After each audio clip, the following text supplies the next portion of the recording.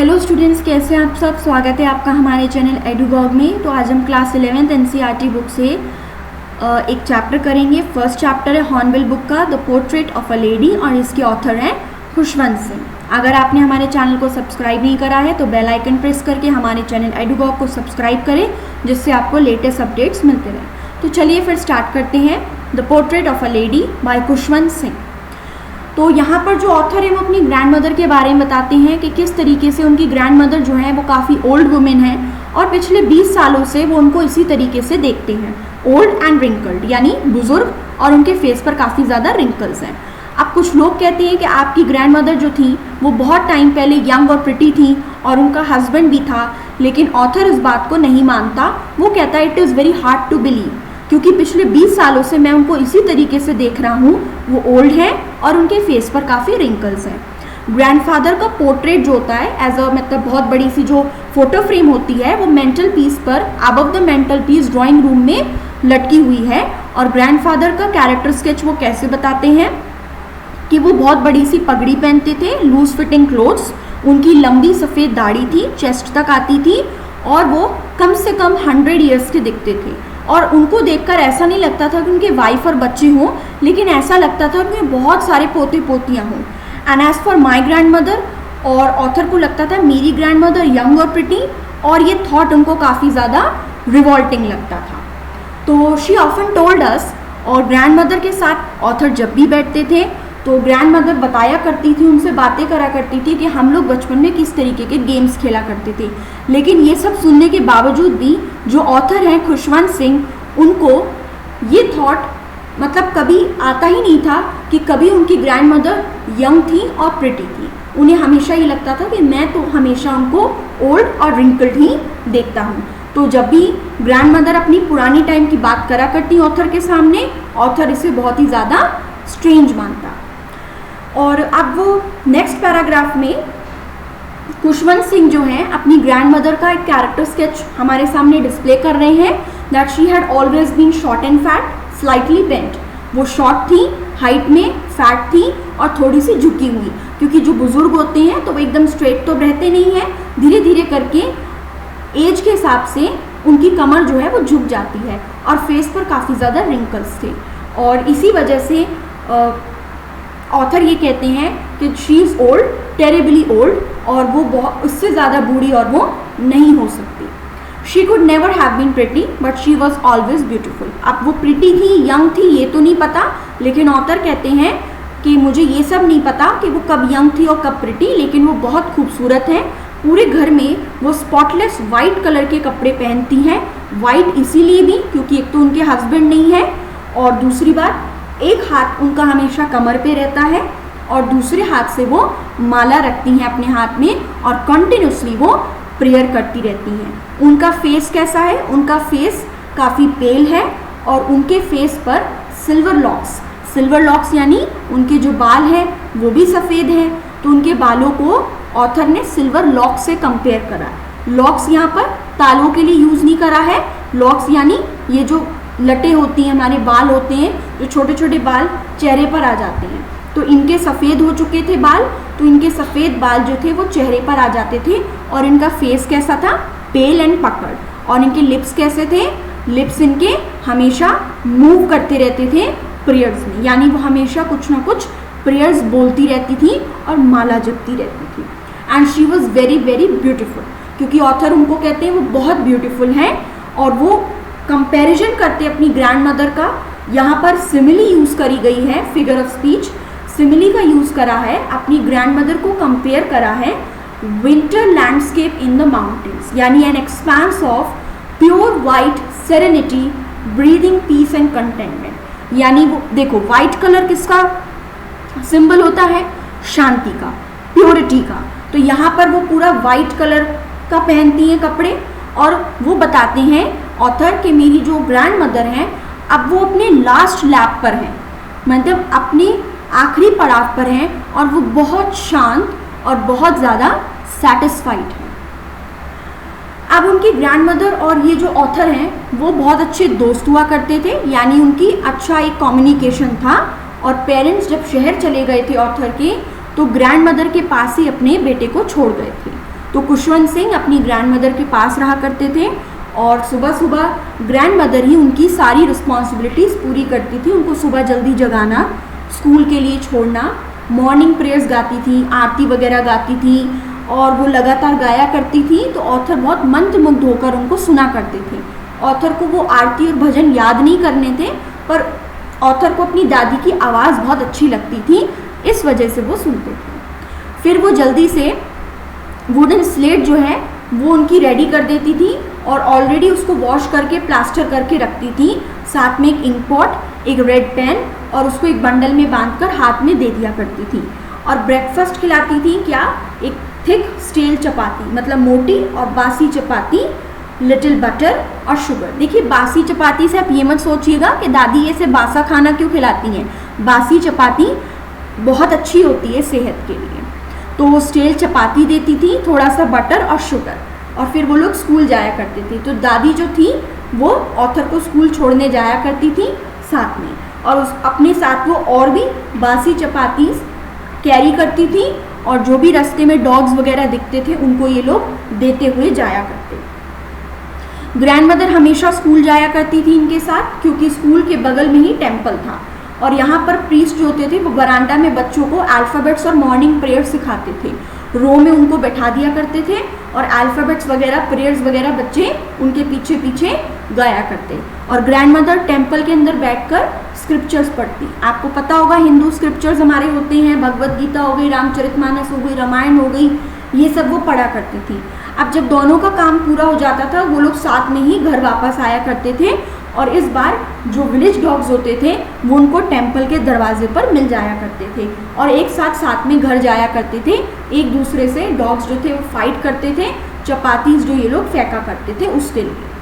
अब जब parents city में, शहर में अच्छे से बस गए तो अब पेरेंट्स ने दादी और पोते दोनों को शहर में बुला लिया और यहाँ पर इनकी फ्रेंडशिप का टर्निंग पॉइंट आ जाता है, क्योंकि अब शहर में दादी और पोता जो हैं वो दोनों एक ही रूम में रहते हैं, लेकिन अब सारी सिचुएशन पहले जैसी नहीं रही। अब क्या हो गया कि ग्रैंड मदर जो है वो स्कूल छोड़ने नहीं जाया करती, क्योंकि अब जो खुशवंत सिंह है, जो ऑथर हैं, वो इंग्लिश स्कूल में जाते हैं और बस से आया जाया करते हैं। रास्ते में उन्हें कोई डॉग्स नहीं मिलते, तो इसी वजह से अब वो आंगन में जो है स्पैरोज आती हैं उसको दाना डाल दिया करती हैं। और धीरे धीरे समय बीतता गया। अब ये लोगों के बीच में जो कम्युनिकेशन था, जो फ्रेंडशिप थी, वो थोड़ी सी, ये नहीं कहेंगे कि फ्रेंडशिप ख़त्म हो गई या कम हो गई, लेकिन आपस में जो ऑथर था वो अपनी स्कूल की पढ़ाई और अपनी सारी चीज़ों में इतना बिजी हो गया कि वो इतना ज़्यादा बैठकर बातचीत नहीं कर पाता। ये बिल्कुल हमारे जैसी सिचुएशन ही है, जैसे हम लोग अपनी लाइफ में अपनी पढ़ाई, अपनी ट्यूशन, सारी चीज़ों में बिजी हो जाते हैं और अपने ग्रैंड पेरेंट्स के लिए टाइम नहीं निकाल पाते। तो कुछ टाइम के लिए तो दादी उसको उठाती रहती थी और स्कूल के लिए रेडी करती थी, और जब ऑथर घर वापस आते तो दादी पूछती थी टीचर्स, मतलब इनसे कि टीचर ने आज तुमको क्या पढ़ाया, तुमने क्या पढ़ा, स्कूल में क्या पढ़ाई चल रही है, सारी चीज़ें पूछती थी। और ऑथर बताया करते थे कि इंग्लिश में पढ़ा रहे हैं, साइंस पढ़ाते हैं हमको इस तरीके से, और ये सब चीज़ें दादी को ज़्यादा समझ नहीं आती थी और वो अनहैप्पी हो जाती थी कि स्कूल में गॉड और स्क्रिप्चर से रिलेटेड पढ़ाई क्यों नहीं कराई जाती। फिर एक दिन ऑथर घर आके बताता है कि म्यूज़िक में भी लेसन्स दिए जा रहे हैं। इससे भी दादी खुश नहीं हुई कि इस तरीके के भजन आरती सिखाने चाहिए, लेकिन स्कूल में अलग तरीके का माहौल था। तो दादी समझती थी और इसलिए वो शांत हो गई और उन्होंने कुछ भी नहीं बोला। अब जो ऑथर है बड़ा हो गया, अब कॉलेज जाने लगा और अब उसने एक सेपरेट रूम ले लिया है। तो जो कॉमन लिंक रह गया था और छोटा सा जो लिंक था उनके बीच में, वो भी ख़त्म हो गया। और ग्रैंडफादर, जो ग्रैंड मदर थी, उन्होंने एक्सेप्ट कर लिया इस सेक्लूशन को, इस अलगाव को एक्सेप्ट कर लिया। और वो जानती थी कि बच्चा बड़ा हो गया है और उसकी अपनी बहुत सारी चीज़ें हैं, तो इस वजह से अब वो क्या करती, अपना मन लगाने के लिए वो सारा दिन चरखा चलाती। सुबह से शाम तक वो सिर्फ अपना स्पिनिंग व्हील पर ध्यान देती और प्रेयर्स बोलती रहती। सिर्फ दोपहर में वो थोड़ी देर रिलैक्स करती और उस टाइम में वो आंगन में आने वाली स्पैरोज को ब्रेड के छोटे छोटे टुकड़े करके खिलाया करती। और बहुत सारी जो लिटिल बर्ड्स थी, स्पैरोज थी, वो पूरे आंगन को घेर लिया करती। कुछ उनके टांगों पर बैठती, कुछ उनके शोल्डर्स पर बैठती, कुछ उनके सिर पर बैठती, लेकिन वो हमेशा स्माइल करती और कभी भी उनको भगाती नहीं। और ये उनके लिए ये जो आधा घंटा होता था उनकी पूरे दिन का सबसे हैप्पीएस्ट हाफ एन आवर होता था। अब ऑथर ने डिसाइड करा कि वो अपनी आगे की पढ़ाई को कंटिन्यू करने के लिए अब्रॉड जाएगा। एंड आई वॉज श्योर कि ग्रैंड मदर काफ़ी ज़्यादा उदास हो जाएंगी। ऑथर को मालूम था ग्रैंड मदर उदास हो जाएंगी क्योंकि वो 5 साल के लिए जा रहा है और ग्रैंड मदर इतनी ओल्ड है कि उनकी एज में कोई कुछ कह नहीं सकता, यानी कि हो सकता है जब तक वो वापस आए या फिर ग्रैंड मदर तब तक ना रहे। लेकिन ग्रैंड मदर ने बिल्कुल भी इमोशनल नहीं हुई, परेशान नहीं हुई, रेलवे स्टेशन छोड़ने आई, ज़्यादा बात नहीं करी, कोई इमोशन शो नहीं करे, लगातार अपनी प्रेयर्स बोलती रही, लगातार अपनी माला जपती रही और बहुत शांति से उन्होंने ऑथर के अपने पोते के माथे पर किस किया और उसको आशीर्वाद देकर भेज दिया। और ऑथर कहते हैं this was the last sign of physical contact between us. ये लास्ट फिजिकल कॉन्टैक्ट था ऑथर और ग्रैंड मदर में। अब 5 साल के बाद जब ऑथर घर वापस आ जाता है तो रेलवे स्टेशन पे वो अपने पोते को लेने भी जाती है और ऑथर कहता है कि वो एक दिन भी बूढ़ी नहीं नज़र आती और आज भी वो ज़्यादा बात नहीं करती, वो एकदम से ऑथर को गले लगा लेती हैं और लगातार अपनी प्रेयर्स बोलती रहती हैं। और उनके जब ऑथर आया था पहला दिन था, वो हैप्पीएस्ट मोमेंट उनका स्पैरोज़ के साथ ही था और वो बहुत देर तक उसको दाना पानी खिलाती हैं स्पैरोज़ को। अब शाम को अचानक से ऑथर ने देखा कि ग्रैंड मदर के एकदम मूड में चेंज आ गया। उस दिन उन्होंने प्रे नहीं करी, अपनी प्रेयर ही नहीं करी और उन्होंने आसपास की नेबर से कुछ औरतों को कलेक्ट करा, एक पुराना सा ड्रम ले आई और उस टूटे फूटे ड्रम को बजाने लगी और गाने लगी और खुशी मनाने लगी कि उनका पोता घर वापस आ गया है। ये फैमिली मेम्बर्स ने रोकने की कोशिश करी, लेकिन ये ऐसा पहली बार था, जो ऑथर मतलब बता रहा है कि ऐसा पहली बार है कि उन्होंने प्रेयर नहीं करी। अगले दिन सुबह के टाइम वो बीमार हो गई। डॉक्टर ने बताया कि उनको माइल्ड फीवर है और चला जाएगा, लेकिन ग्रैंड मदर का कहना था अब उनका ये आखिरी समय है और वो बात करते हुए अपने आखिरी समय को नहीं खराब करना चाहती। वो बेड पे आराम से लेट गई, अपनी माला जपती रही और अचानक से ही उनके लिप्स जो हैं वो मूवमेंट नहीं शो करते और उनके हाथ से उनकी जो माला है वो गिर जाती है और ग्रैंड मदर की डेथ हो जाती है। और ऑथर कहते हैं उनके फेस पर एक पीस यानी शांति छा जाती है जैसे ही वो मर जाती है। तो अब क्योंकि लास्ट का फेज़ है, फ्यूनरल वगैरह क्रिमेशन वगैरह करना है, जो भी कस्टम्स होते हैं हिंदू रीति रिवाज जो भी होते हैं उसमें करते हैं, तो क्रिमेशन करना है। उसके लिए वो लोग उसको पूरा दादी को जो है अपना नीचे उतारते हैं और पूरा कवर वगैरह करते हैं, सारी चीज़ें करते हैं और कमरे में लाइट वगैरह जलाते हैं। और जब वो बाहर की तरफ आने लगते हैं तो वो देखते हैं आंगन में बहुत सारी स्पैरोज बैठी हैं। अब जो खुशवंत सिंह की मदर होती है उन्हें लगता है कि अरे आज तो इनको ब्रेड क्रम्स नहीं मिले हैं, तो उन्हें बड़ा बुरा लगता है।